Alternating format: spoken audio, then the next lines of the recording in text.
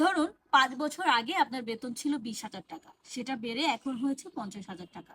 কিন্তু আপনি ভেবে দেখেছেন আপনার জীবনযাত্রার মান কতটুকু পরিবর্তন এসেছে? আপনার বাবা ছোটবেলায় যেমন কষ্ট করে সংসার চালাতো, ঠিক তেমন কষ্ট করে আপনি এখন সংসার চালাচ্ছেন। এটা কি কখনো ভেবে দেখেছেন বাংলাদেশের লাখ লাখ মানুষ হাড়ভাঙা পরিশ্রম করেও কেন মধ্যবিত্তের গণ্ডিটুকু পের হতে পারছে না? চলুন এই কারণটা আমরা একটু জেনে নিই। আমরা মিস বর্ষার গল্পটা একটু জেনে নিই।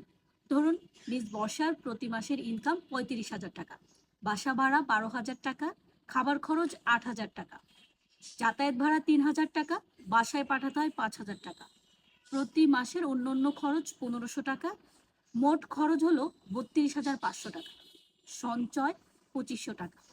এটা শুধু মিস বর্ষার গল্প না, বাংলাদেশের পরিসংখ্যান ব্যুরো অনুযায়ী বাংলাদেশের প্রায় মধ্যবিত্তের 70% মানুষই ইনকামের বেশিরভাগ অংশই খরচ করে ফেলে।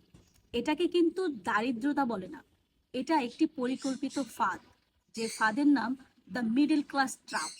আর এই ট্রাপে লাখ লাখ মানুষ দরিদ্র না, কিন্তু ধনী হওয়াটাও তাদের কাছে অনেক দূরের স্বপ্ন।